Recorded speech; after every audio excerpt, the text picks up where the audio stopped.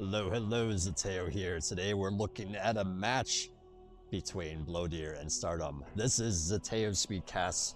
If you enjoy this program, please leave a like, subscribe, tell your friends, and all that stuff. I try to put a video out every couple of days. I sometimes put out some extra videos on the weekends as well. Anyways, let's jump into it. Game started.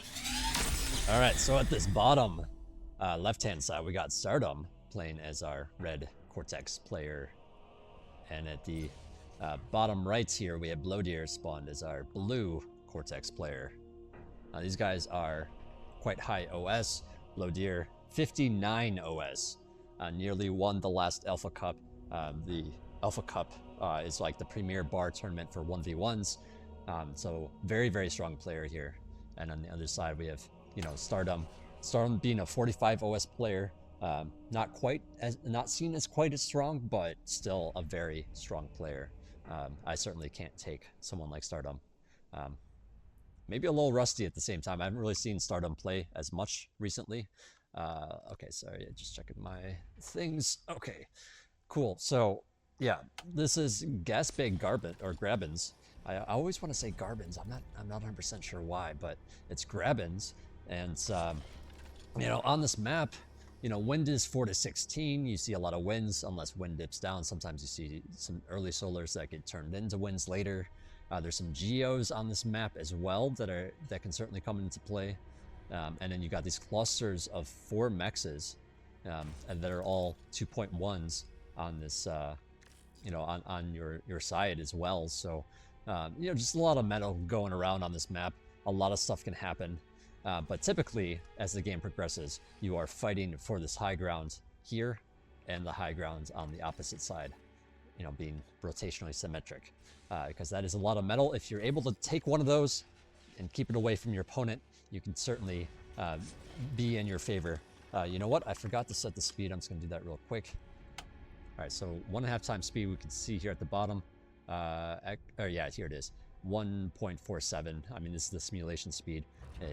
The game does its best to hit the mark that you're looking for. Sometimes a little bit lower. But anyways, Blodir here, starting with some bots here, has some con bots coming out to take those take the cluster of 4 mexes here in the middle. Meanwhile, Stardom kind of doing the same thing, only has 1 con out expanding. Does have a resbot out grabbing some trees, which can be a nice way to boost your energy income without having to continuously build a lot of energy. It's just like a nice way to boost your energy early so that you can just boost out a lot of stuff with your commander instead of building that energy on. So yeah, very macro oriented from both our players here. Second con out here for Stardom.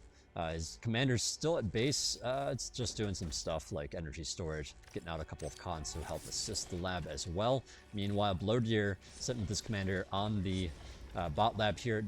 I don't think he has a resbot out, so I guess just relying on the solar collectors to be able to do that. But yeah, it does have 3 cons out expanding, so his expansions are a little bit quicker here, but at the same time, just doesn't have. Well, actually, his army value is about the same, so I guess just he's been able to boost quite a bit with his commander. Part of that probably has to do with the fact that he went a lot of solars here. When you open with a lot of solars on this kind of map, they are a little bit, it's a little bit faster to build than wind turbines. Solar actually, in terms of build time specifically, not necessarily the cost, they break even, solars break even with wind at 12. Or around 12. So, if the wind speed's a little bit lower than that, then you're actually, getting it out quite a lot faster. But at the same time, you are spending some extra money for it. So, it's a give and take kind of situation. But you can always just reclaim the solars, turn them into winds later, and all that good stuff. We do see some units coming out to look around, see what's going on for their opponents, but yeah, primarily getting taken out here or pushed away. So Blodir here actually moving a force of units looking like he's going towards this expansion. I'm not sure if Stardom has a radar to be able to see that. Actually, he does see it now, so he's moving some units into position, but that's allowing him, allowing Blodir to move his army down this way. They are going to run into the commander. Maybe they'll swing up to the high ground here, take out these mexes, take out that position, or maybe they'll just get out of there because he doesn't exactly know what's up here, so maybe there's plenty of defense. So he's just playing it safe, pulling back there. Meanwhile, Stardom moving some grunts up here, taking care of business, taking out a mech, taking out the Khan, and taking out a few units as well. So yeah, I think Blodir here is just a little bit out of position, just having that the primary bulk of his army just so far away, trying to rely on reinforcements. But yeah, that kind of just it can happen this way if you are switching to thugs at that exact moment. You start building this heavier unit that comes out a little bit slower, and it's hard to have your grunts. Like if you don't have enough grunts defending, you know, a raid can just come in and take out some stuff. So you got to be careful, especially if you're moving some units across the map to attack as well. But yeah, Stardom actually coming in here with the second group, taking out a couple of constructors, now using the bulk of that force to come up here, maybe take out these clusters of 4 mexes, which is a very big deal. Meanwhile, Blodir returning the favor on the left-hand side here, taking out these mexes and continuing on to threaten the other group of 4 mexes here. A little bit APM stalled there, some units sitting there instead of moving forward. But yeah, it looks like Stardom is moving those units back instead of going for that LLT and cluster of 4. You know, once you do some damage, you might look at it and say like, well, I only got 4 guys left. You know, right in there, if there's an LT plus a grunt, then I can't take it out. You know, if it's an LT alone, then maybe I can. But you know, it's like you're just kind of risking the fact that you're going to be losing those units. Or the bulk of those units to take down the LLT, and then you can still destroy the mexes, but then you're leaving Rex behind in that location. So sometimes it can be better just to get out of there and, you know, rejoin with your army and just preserve those units. But yeah, with the thugs coming out now for both players, actually, you know, this game is going to slow down a little bit, but we do still see a lot of grunts out here as well. So, you know, thugs can be a really nice way to boost your army. They have a lot of health and they have some extra range compared to a grunt. They are very slow though, so you know, mixing up in once in a while to just kind of bolster a position is really nice actually. But yeah, if you do too many of them, they can be overwhelmed by something faster like a grunt that can kind of dodge some of these shots, as we see here with this grunt here at the bottom. But yeah, Blodir doing a nice job making sure he's staying on top of expansions, re-expanding to the location up here with a Khan. He even has some resbots out to pick up those units that were destroyed there. Meanwhile, there's some thugs at the bottom pushing this location. This is a big deal. You know, Stardom is going to be able to take this out. Blodir held it for a moment, but if we look at the other side of the map, Stardom has his commander up here to take these mexes. And so that basically means like you can't really threaten it too hard because you know, like a commander's hard to stop. I mean, that's the lose and win conditions. So, you know, with the D-guns and whatnot, it can be really difficult to threaten that location. So, Stardom doing an excellent job keeping Blodir out of this position here. And meanwhile, you know, taking this position for himself. That can leave a vulnerability in the center of the map, but Stardom's doing a nice job just having some grunts running down there as well. Blodir's commander actually gets found by these thugs. This is a big deal because the thugs are fast enough to keep up with the commander. We actually see a T2 air transition from Blodir here, and now he has these wasps out here that thugs can't really fight. They don't do like a ton of damage for a T2 unit, but it's certainly enough to you know, poke at these thugs and push them back and eventually destroy them as they slowly move forward. So Blodir's commander going to be safe and sound in the back here now. But yeah, desperately needs to control this area if he's not going to control the other side. And then also just losing those 4 mexes again, so that there was another raid that went up there. It's a really big deal at this point. He's very behind on metal, and he's transitioned it into air for T2. So that means you know, he's not going to have a strong ground presence. He's not going to be able to put a lot of pressure on the ground, but he is going to be able to maintain the air with these T2 air units. It kind of takes quite a bit more T1 fighters to be able to contend with those T2 fighters. So these wasps are going to be able to, well, I was going to say, like, they can kind of be on the map because of the air dominance from Blodir, but with those fighters being out of position, you know, Stardom's able to get in there and take out a couple of those gunships. But yeah, he's basically going to be able to roam around a little bit with these gunships. They have that mobility of just being able to fly. And so he can threaten all these positions potentially. And since there is a ground transition here from Stardom, you know, he's not going to be able to have a strong ground presence, or at least not very quickly. It takes a little while to build up enough units. Actually stalling on energy a bit right now. I was wondering if he was taking the Geo and that's why he's stalling, but no, he hasn't quite taken it yet, but just building on a con turret.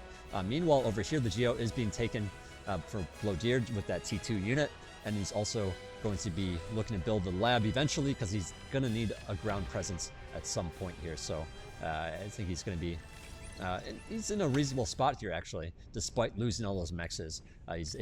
He was able to rebuild them on rather quickly, you know, able to upgrade his mechs a little bit faster with that faster T2, and Stardom just hasn't had much of a ground presence here. You know, and that's, I think, primarily because he did all those raids, and that, you know, the raids did damage, but he's throwing away units. He's like trading units for damage, and, you know, without any units to pressure at this point, now the T2 that's faster from Blodir is able to just kind of expand quickly. And, you know, I think Stardom, looking at that situation, decides instead of, you know, trying to pressure and catch up with the army value, I'm just going to, you know, hold with as little as possible and get my own T2 to start getting my own upgrades here.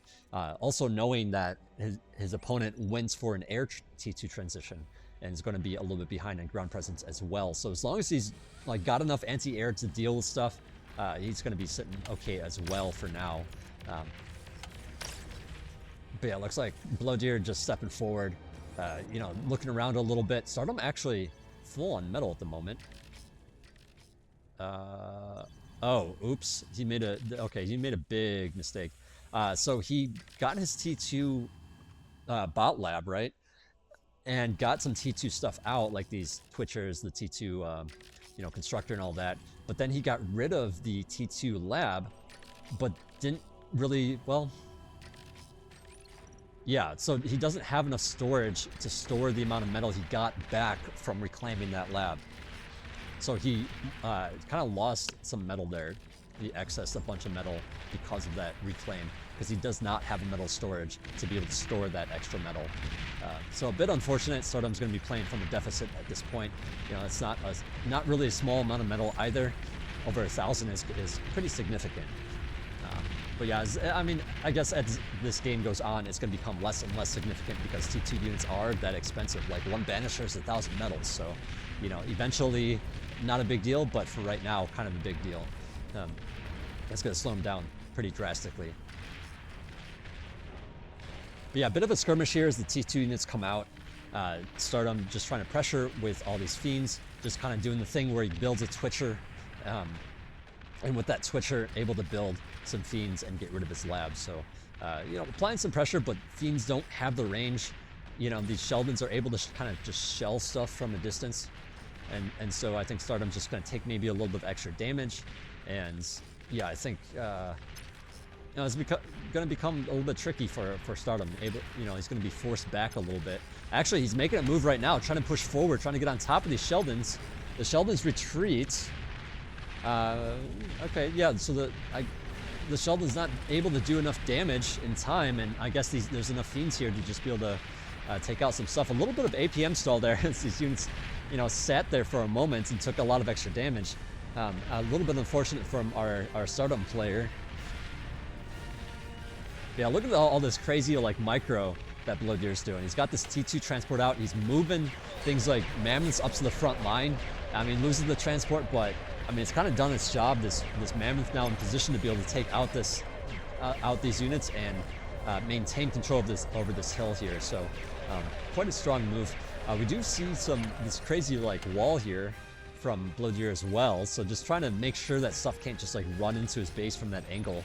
I think it's a really smart move if you're trying to rely on these slower units such as these Sumos and Sheldons. We do see a bombing coming out here from Stardom. I think this is an exceptionally good idea at this point in time because even though Stardom went for a T2 air transition, you know, he's switched into ground at this point. He's looking at you know, ground stuff. He hasn't really built on extra T2 fighters for this kind of thing. So I think these bombers, you know, going straight to the Geo, going to be able to take out the Geo. Oh, not quite yet. Gonna need a second pass. Oof, not quite still. I think Stardom's trying to make sure he's not over-committing bombers to it, because once it explodes, it's going to take out a lot of bombers. Oh, this is kind of unfortunate. Just not quite having enough, and so he's kind of just wasting a lot as it gets repaired here. So Blodir doing a great job just making sure that it gets repaired and not taken out, because that would explode and take out a portion of his base. It'd be big enough to take out a lot of these concerts here. If we look at the explosion radius, actually it's even bigger. It would have been, whoop, that's the wrong button. It would have been all the way out here. So yeah, that'd be everything in his base. So that was kind of, you know, a really good idea, but I think Stardom just not, you know, not like trying to spend as little bombers as he can, trying to preserve them so that they are alive to continue doing damage. In this case, just not worth it, or not quite getting the number right, thinking that he could just throw a couple more bombs and it explodes, but you know, that nice repair keeping it alive. But yeah, anyways, we got some Sheldons out here from Stardom now. You know, so he's going to be able to range down this mammoth if he's careful about it. Shurikens come up here looking to stun all these things, taking out the sumos, taking out the mammoth. Okay, so the mammoth, of course, you know, gonna take a minute to be taken down with these Sheldons. You know, Sheldons don't really do a lot of damage. And yeah, I mean, there's some anti-air that come up here, and the Shurikens can't stay. So, you know, Stardom kind of in a little bit of trouble here, especially after that bombing didn't go so well. You know, spending so much money on those bombers, and now these slower units are able to push. You know, Blodir smelling, or you know, realizing that Stardom, you know, doesn't have enough units on the ground to deal with this. Just Stardom doing all these like crazy plays with these termites and the air and stuff, and it just kind of shows that there's not going to be enough ground force here if Blodir is constantly producing ground and Stardom is sacrificing things like termites and bombers and things to take down, you know, try to get some economic damage, and so far none of that has really panned out. I mean, I guess he took out this Geo at some point, but not really that big of a deal. And now Stardom's commander's in a lot of trouble here as these units kind of surround it. He tries to cloak. He has a, okay, well, he produced some transports here, but I mean, I think Stardom's been kind of out of the loop and gets taken out there. I really think he built those transports to pick up the commander, and you can't do that anymore. You have to build a heavy transport, and Stardom, I think, just produced the wrong unit there. I could be wrong on that. They could be for a different reason or something. But yeah, I feel like that's likely the case, where Stardom just hasn't played as much since that patch and just forgot that you need a heavy transport, or just doing it out of muscle memory and getting the wrong thing or whatever. But yeah, unfortunately, just gets taken out there. Just all these slow units from Blodir. Blodir playing an exceptionally good game, and unfortunately for Stardom, that bombing just did not work out. Anyways, I am Zeteo. I hope you guys enjoyed this cast. If you did, please subscribe, like, tell your friend, and all that good stuff that this channel exists, because I do try to put out some good games, some good casts once in a while. And yeah, let me know if there's anything I can improve on. Thanks for watching.